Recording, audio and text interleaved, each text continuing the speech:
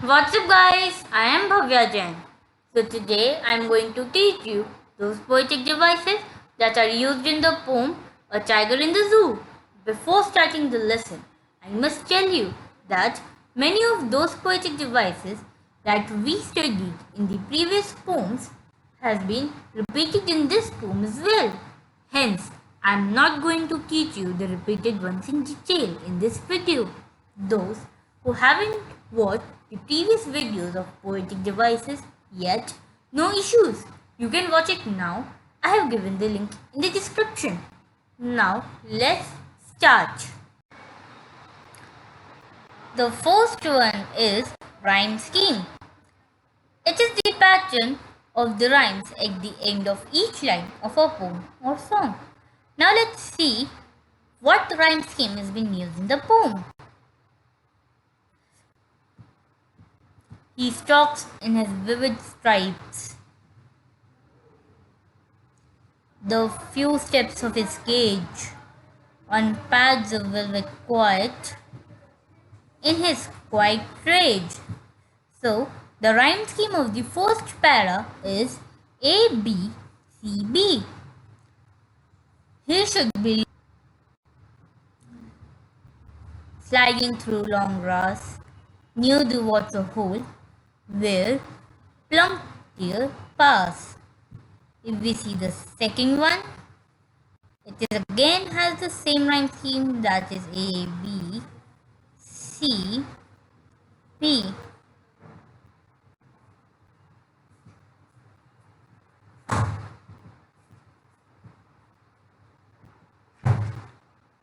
He should be snarling around houses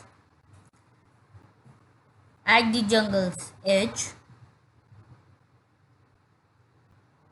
bearing his white fangs, his claws, terrorizing the village. Again B. But he's locked in a concrete cell, his strength behind bars, stalking the length of his cage, ignoring visitors. He hears the last voice at night, the patrolling cars, and stares with his brilliant eyes at the brilliant stars. So we could say that the poem A Tiger in the Zoo has the rhyme scheme A, B, C, B. Now, जिन बच्चों ने पहले वाली videos देखी हुई हैं उन्हें एक doubt होगा कि हमने हर पैरा में A, B, C, B कैसे कह दी, क्योंकि हर राइम पिछले पैरा से राइम नहीं कर रही है. तो बच्चों, जब पोम्स छोटी होती हैं, बेसिकली एक पैरा की या दो पैरा की, तो उसमें जो राइम्स होती है वो हर लाइन में मैच करती है. तो उसमें हम कह देते हैं कि A, B, C, B, या फिर हम और अलग वेरिएबल्स दे देते हैं. बट जब एक बहुत बड़ी पोम होती है तो उसमें हम पैरा वाइज लेके चलते हैं. हम पैरा वाइज हर एक लाइन को न्यू वेरिएबल देते हैं. जैसे फर्स्ट में अगर मैं A, B, C, B ले रही हूँ तो सेकेंड पैरा में भी हम A वेरिएबल से ही शुरू करते हैं, because the poem is too long और हम पे सिर्फ 26 अल्फ़ाबेट्स हैं और वो बहुत कॉम्प्लिकेटेड भी हो जाता है. इसीलिए अगर बाय चांस ऐसा ना करें तो फिर हमें 3 से 4 बार हमारी राइम स्कीम बदलनी पड़ेगी हर पैरा के लिए. So hence we end with the conclusion that the rhyme scheme of the poem The Tiger in the Zoo is A, B, C, B. Now let's move to the second poetic device, that is symbolism. So symbolism is the use of symbols to signify ideas by giving them symbolic meaning that is different from their literal meaning. Now let's see where it's being used in the poem. So, Leslie Norris has symbolized two words in the poem. One is cage and the second one is sky. So, kids, here the cage symbolizes the captivity of the tiger by humans. यहाँ पे cage क्या दिखाता है? Cage यहाँ पे बंधन दिखाता है कि कैसे हमने टाइगर को उसकी फ्रीडम उससे छीन ली, उसकी आज़ादी छीन के उसे हमने बंद कर दिया है एक केज में, एक तरीके से उसको पिंजरे में डाल दिया है हमने। और सेकेंड वर्ड है बच्चों sky. Although sky lazily Norris ने एज अ वर्ड यूज नहीं करा है, बट एक हिंट दिया है। लास्ट लाइन में अगर हम देखें, लास्ट लाइन क्या है, and stairs with his brilliant eyes at the brilliant stars. So stars तो स्काई में ही होंगे ना, ऑब्वियस है। तो यहाँ पे उन्होंने स्काई का हिंट दिया है। और स्काई क्या दिखाता है हमें, स्काई हमें फ्रीडम दिखाता है, जो कि जो टाइगर है वो चाहता है। The sky here symbolizes the freedom that the caged tiger longs for. And Leslie Norris, by symbolizing the words cage and sky, shows us the helplessness of the tiger. बेचारापन कि वो टाइगर कितना बेचारा है वो दिखाती है लेज़ली नॉरिस इन दोनों words को सिंबलाइज करके। सो बच्चों, now let's move to the third poetic device, that is alliteration. The occurrence of the same letter or sound at the beginning of adjacent or closely connected words. Now, let's see where it's been used in the poem. So, in the poem, plump deer pass, should be snarling, concrete cell, behind bars, he hears. Here, these phrases use the poetic device, that is alliteration. Now, let's move to the fourth poetic device, that is personification. So, personification is a poetic device where animals, plants, or even inanimate objects are given human qualities. Now, let's see where personification is being used in the poem. So, as we can all see in the first line, it says he stalks in his vivid stripes. So बच्चों, यहाँ पे tiger को, एक animal को it की जगह ही से represent किया गया है, उसे एक तरीके से एक पर्सन के फॉर्म में यूज किया गया है। So we can say that Leslie Norris, while writing the poem A Tiger in the Zoo, used the poetic device personification to personify the tiger. So, let's move to the fifth poetic device, that is assonance.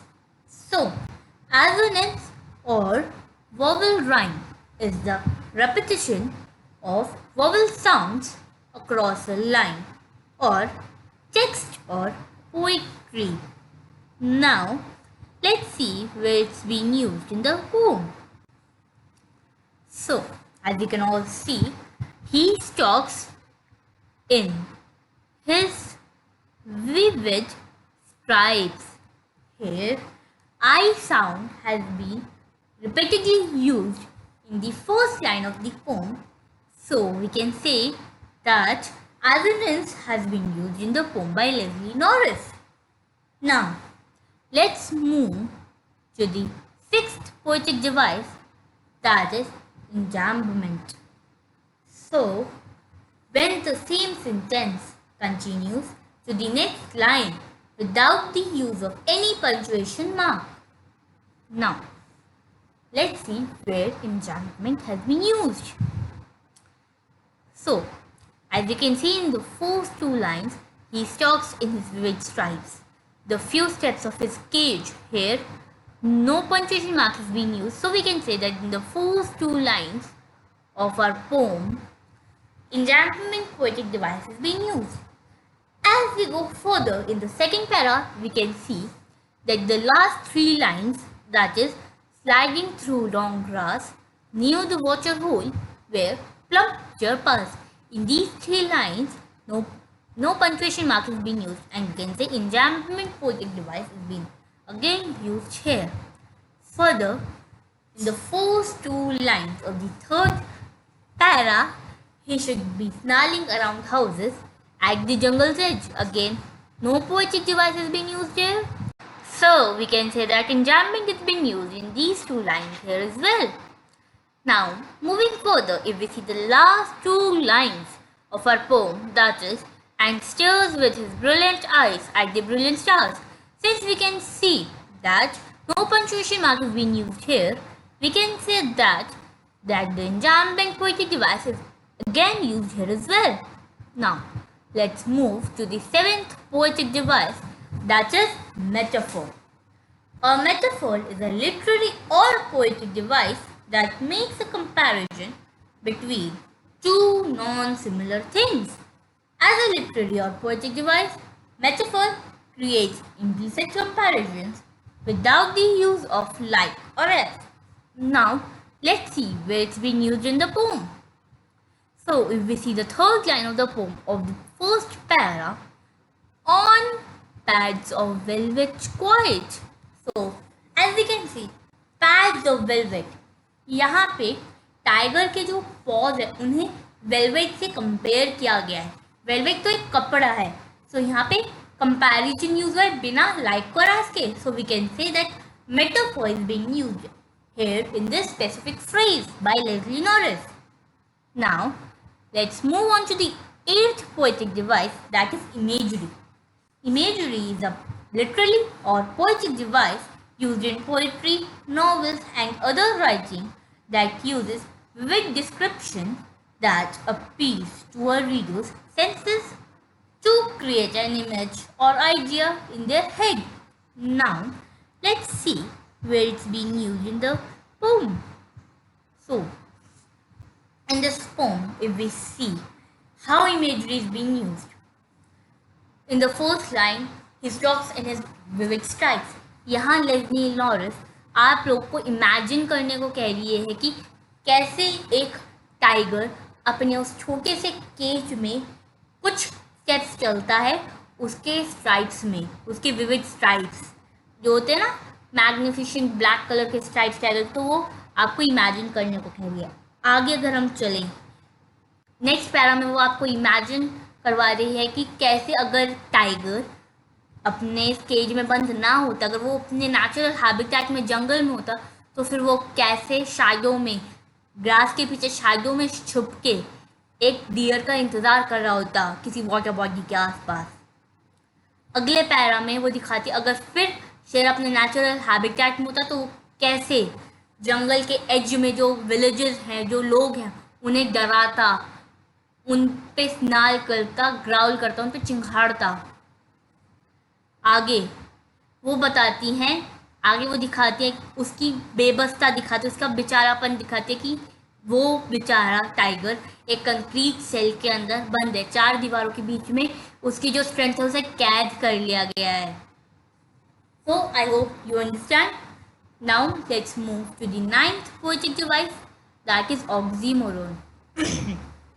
Oxymoron is a literary or a poetic device pairing two words together that are opposing and contradictory. It is the combination of two words that seems to be the opposite of each other. Now let's see where it's being used in the poem. So, if we see the last line of the first para, that is in his quiet rage. अगर हम देखें quite और raise दोनों एक दूसरे के contradictory word है. Quite का मतलब चुप रहना, शांत रहना, और रेज का मतलब गुस्सा. तो अगर हम देखें शांत और गुस्सा दोनों के कॉन्ट्राडिक्टरी वर्ड्स हैं, तो वी कैन से कि इस जगह पे ऑक्सीमोरन पोएटिक डिवाइस का यूज किया गया है. सो now let's move to the next poetic device, that is consonance. So, consonance is a literary device that refers to the repetition of the same consonant sounds in a line of text. Now, let's see where it's been used. So, if we see that stops in his vivid stripes, so we can see कि fourth line में जो हमारी है, he stops in his vivid stripes में s जो sound है, s letter नहीं but sound जो है, इस वजह से यहाँ पे जो बार बार रिपीट हो रही है, वी कैन सी कि कॉन्सोनेंट्स यूज किया गया है. सो यहाँ पे हमारी वीडियो फिनिश होती है.